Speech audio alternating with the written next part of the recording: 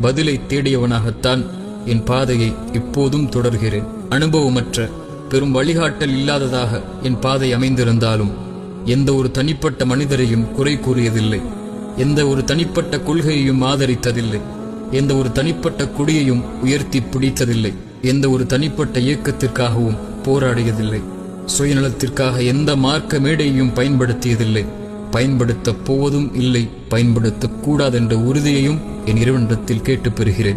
நோக்கங்களை, குறிக்கோளை, திட்டமிடுதலை அடிப்படையாக கொண்டு பயணிக்கும் சமூகத்தில் ஒருவனாக என்னை மாற்றும் முயற்சி மட்டுமே என்னிடத்தில்.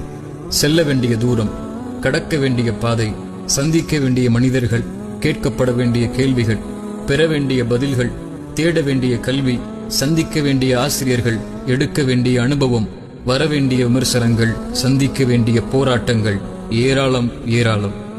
அதற்காக துவங்குகிறேன் பயணிகள்.